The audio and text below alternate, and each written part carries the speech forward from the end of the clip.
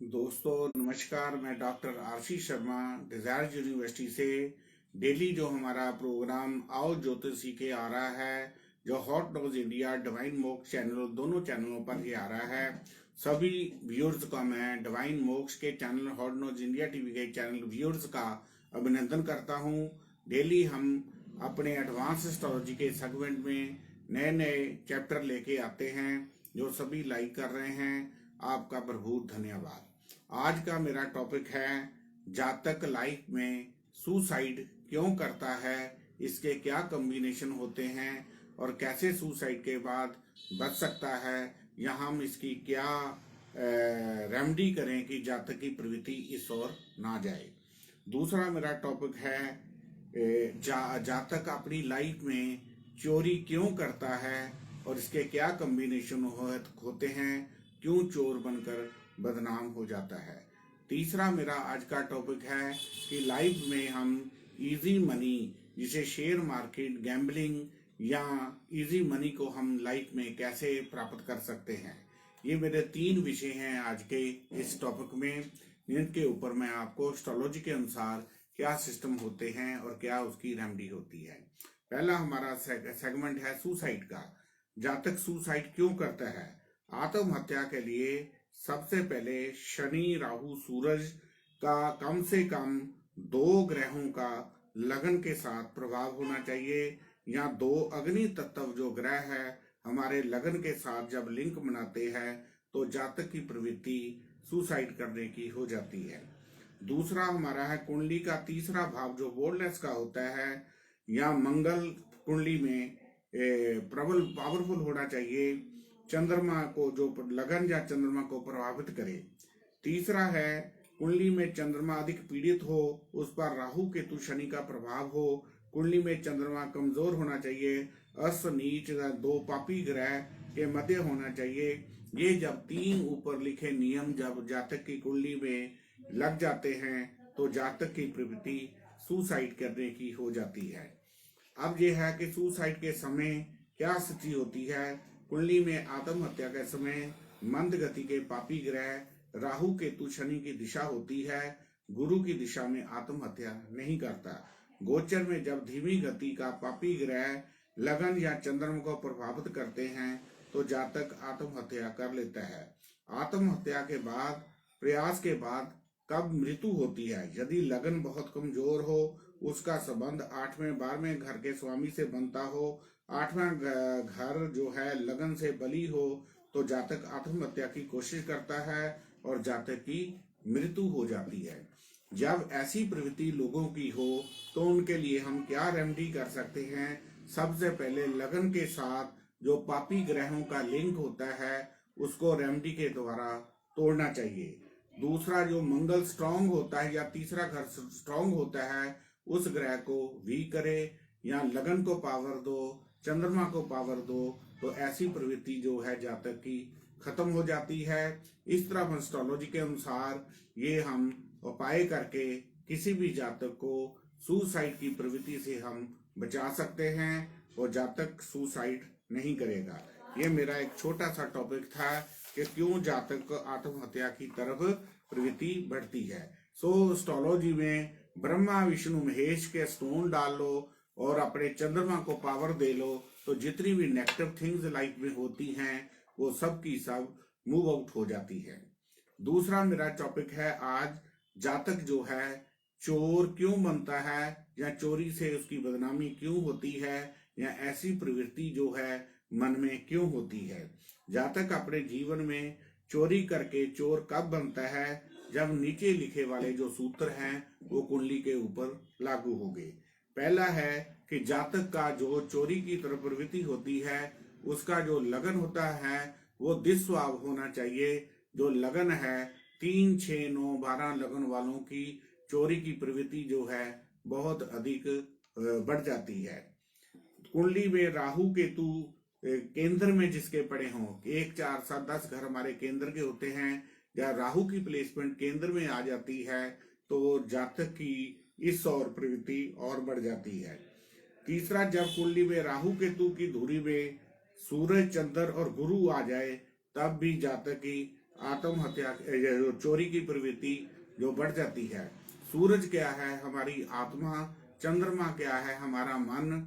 लगन क्या है? हमारा शरीर। तीनों का संबंध राहु केतु शनि के नेगेटिव ग्रहों के साथ इनका लिंक बन जाए तो जातक जो है नेगेटिव कामों की तरफ बढ़ता है, और जब गुरु का लिंक इन तीनों के साथ बढ़ जाए तो एक सफल साधु भी बन जाता है। सो इस तरह के 3 नियम जो हमारे कुंडली में लग जाएं तो हम की प्रवृत्ति चोरी या इजी मनी जो हम थ्रू चोरी कलेक्ट करने की प्रवृत्ति बन जाती है। चोरी करती समय आमतौर पर महादिशा राहु या केतु या 12वें घर की होती है।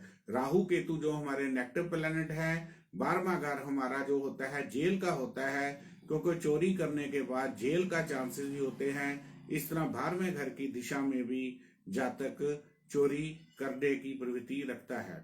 अब इसके लिए क्या उपाय किए जाएं कि लगन को पावर दे दो। जो आपका लगन, चंद्रमा और सूरज, मन, आत्मा और लगन का लिंक राहु केतु शनि से हम एस्ट्रोलॉजी की रेमेडी द्वारा तोड़ देंगे तो जातक इस प्रवृत्ति की तरफ उसका जो झुकाव है वो खत्म हो जाएगा। तीसरा मेरा आज का टॉपिक है गैम्बलिंग। इजी मनी लाइफ में जातक कैसे प्राप्त करता है। जुआ या इसको कहेंगे या गैम्बलिंग कहेंगे या शेयर मार्केट, जो भी इजी मनी लाइफ में आती है, ये हमारी कुंडली को इसे हम एस्ट्रोलॉजी में गैम्बलिंग ही कहेंगे। मॉडर्न भाषा में इसे इजी मनी कहा जाता है। मैनोपटेशन, कुशलता या दक्षता के लिए जो चालाकी से इस ओर पैसा कमाया जाता है उसका राहु से संबंध होता है। जो नॉन मैनिपुलेशन गैम्बलिंग होती है उसका संबंध हमारा बुध के साथ होता है। हमारी इजी मनी के लिए जो है हमारे एस्ट्रोलॉजी में 5वां घर जो होता है वो इजी मनी का होता है। सबसे पहले 5वें घर का स्वामी जो है वो पावरफुल कुंडली में होना चाहिए। उसका लिंक जो है 6, 8, 12 घरों के साथ नहीं होना चाहिए। ये पहला पॉइंट है। दूसरा, बुध जो है दिमाग का ग्रह है, वो कुंडली में पावरफुल होना चाहिए। यदि उसका लिंक 5वें घर से बन जाए तो और भी बढ़िया बात है। तीसरा हमारा होता है राहु। राहु जो से खोज का कारक भी कहा जाता है, इजी मनी का कारक भी कहा जाता है। उसका संबंध जो है, राहु का संबंध हमारा 5वें घर से या अच्छी पोजीशन में हो तो जातक इजी मनी में जीत प्राप्त करता है। ये तीनों ही कुंडली में 5वां घर, बुध और राहु, ये तीनों ग्रह हमारी कुंडली में पावरफुल होंगे तो जातक जो है वो इजी मनी की तरफ जल्दी अट्रैक्ट होके उसमें जीत प्राप्त करता है। ऊपर से 10वां घर हमारा प्रोफेशन का होता है। 10वें घर का स्वामी 5वें घर से, 5वें घर का स्वामी 10वें घर से लिंक बना ले तो ऐसा जातक इजी मनी के धंधे में भी लिप्त हो सकता है। यदि ये पांचों के पांचों नियम आपकी कुंडली में लगते हैं तो आप इजी मनी की तरफ ध्यान भी जाता है और आप जीत भी प्राप्त करते हो। अब कौन सा बंदा अपनी लाइफ की पूंजी जो है इसी में बर्बाद करता है, क्योंकि जुआ किसी का ना हुआ, ये कहावत आमतौर पर पंजाब में ये प्रचलित है। यदि ये इजी मनी दिलाता है तो लोगों के घर ये बर्बाद भी करता है। किन लोगों की कुंडली में ये ऐसी सिचुएशन होगी जिनका 5वें घर का स्वामी वीक होगा या 5वें घर के स्वामी का 6, 8, 12 से लिंक होगा तो ऐसा जातक जो है वो जुए में सब कुछ हार जाता है। और इवन 5वें का 6वें से लोग होगा तो जुए के कारण उसके ऊपर केसेस भी हो सकते हैं। 5वें का 8वें में होगा तो घर का सारा पैसा जो है वो बर्बाद कर लेगा। 5वें का 12वें से होगा तो इस कारण उसको जेल यात्रा भी हो सकती है। इस तरह ये कॉम्बिनेशन जो होते हैं हमारी कुंडली में ये शो करते हैं कि जातक कैसे इजी मनी प्राप्त करेगा, या इसमें जीत प्राप्त करेगा, या इसमें सारा कुछ हार सकता है। यदि आप इस और आपका ध्यान है तो आप हमारे पास अपनी कुंडली को एनालिसिस करके आप जीवन की जो पूंजी है वो उसको बर्बाद मत करें। यदि आपका ध्यान इस इजी मनी तरफ जाता है, शेयर मार्केट की तरफ जाता है, ये पॉजिटिव चीजें हैं, गवर्नमेंट ऑफ इंडिया भी शेयर मार्केट को अप्रूव करती है, इसलिए ये कोई नेगेटिव नहीं है। पढ़े लिखे लोग जो है शेयर मार्केट में पैसा लगाने में अपनी शान समझते हैं। परंतु आप अपनी कुंडली को, सिस्टम को देखकर ही इसमें पैसा लगाएं, क्योंकि जो शेयर मार्केट है ये अप भी करती है और ये डाउन भी करती है। इसलिए आप अपनी कुंडली का 5वें घर का एनालिसिस आप खुद कर सकते हो, खुद करें। 5वां घर बुध और राहु तीनों के तीनों ग्रह जो कुंडली में यदि आपके पावरफुल स्थिति में है, केंद्र और त्रिकोण के मालिक हैं, माड़े घरों के मालिक नहीं है, वाद ग्रह नहीं है, ये 6, 8, 12 के लॉर्ड नहीं है, तो आप अवश्य ही जुए में जीत प्राप्त कर सकते हैं। यदि कोई इसमें आपको कोई समस्या आ रही हो तो आप हमारे चैनल को या मुझे संपर्क करके इस ओर आप गाइडेंस ले सकते हो, क्योंकि इजी मनी प्राप्त तो सभी जातक करना चाहते हैं, परंतु उनको ये नहीं पता कि हमारी कुंडली इस काम के लिए हमें सपोर्ट करती है कि नहीं करती है। सो बिन देखे अपने इजी मनी की तरफ भटकने की बजाय अपने घर का जो इम्पोर्टेंट टाइम से कमाया हुआ धन है, या पिता माता द्वारा आपका बनाया हुआ बिजनेस है, या आपका खुद का भी बनाया हुआ एम्पायर है, तो इस ओर अट्रैक्ट होके बर्बाद मत करें। मेरी सबसे यही रिक्वेस्ट है, यदि आपका इस ओर ध्यान है तो अपनी कुंडली का किसी अच्छे विद्वान से एनालिसिस करवा के ही इस काम में आप अपना भाग्य आजमाए, क्योंकि भाग्य के बिना कोई भी चीज हमें रिजल्ट नहीं देती। जो भाग्य स्थान का हमारा कुंडली में 9th हाउस होता है, इसलिए आमतौर पर हम जातकों को यही प्रिडिक्ट करते हैं कि पहला घर आपका लगन है, 5वां घर इस चैप्टर में आपके लिए इजी मनी का है, या 9वां घर आपकी किस्मत का है। आप सिर्फ ब्रह्मा विष्णु महेश के स्टोन ही डाल लो तो ये आपका जो इजी मनी का जो चैप्टर है, इसमें 2 ग्रह अपने आप पावरफुल हो जाएंगे। 5वां घर भी पावरफुल हो जाएगा और किस्मत वाला घर भी पावरफुल हो जाएगा। सिर्फ बुध और राहु की प्लेसमेंट 2 ग्रहों की आप अपने हिसाब से इसको ठीक कर लेंगे तो आप इसमें अवश्य जीत प्राप्त करेंगे।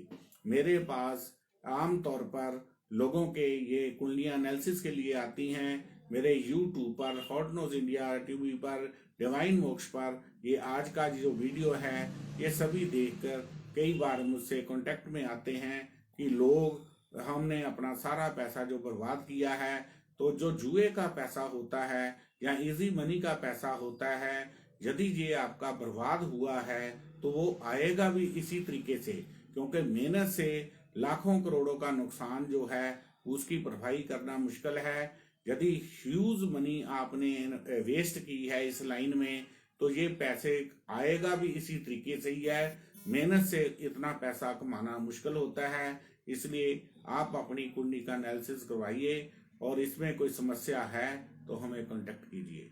मैं सभी हॉट न्यूज इंडिया टीवी और डिवाइन मोक्ष के चैनल पर जो व्यूअर्स मेरे साथ बने हुए हैं, सबका धन्यवाद करता हूं। और मैं अपना जो आप इनसे कोई प्रॉब्लम है तो चैनल को कांटेक्ट कर सकते हैं या मुझसे कांटेक्ट कर सकते हैं। मेरे मोबाइल नंबर है, आपको डेली दे रहा हूं, 9780050013 988888222326। धन्यवाद। डॉक्टर आरसी शर्मा, हृदय यूनिवर्सिटी जलंधर। मुझे उम्मीद है कि ये आज के जो करंट तीनों टॉपिक मैंने दिए हैं वो आपको पसंद आएंगे, जो आपको जिंदगी में जो कोई प्रॉब्लम्स है उससे निकलने में ये सपोर्ट होगी। यदि एक भी जीवित आदमी को हम बचा सकें सुसाइड से या चोर बनने से या पैसे की बर्बादी में, तो ये हमारा एस्ट्रोलॉजी पढ़ना लिखना जो है हमें सार्थक सिद्ध होगा। धन्यवाद। Doctor RC Sharma, desire university Jalandhar.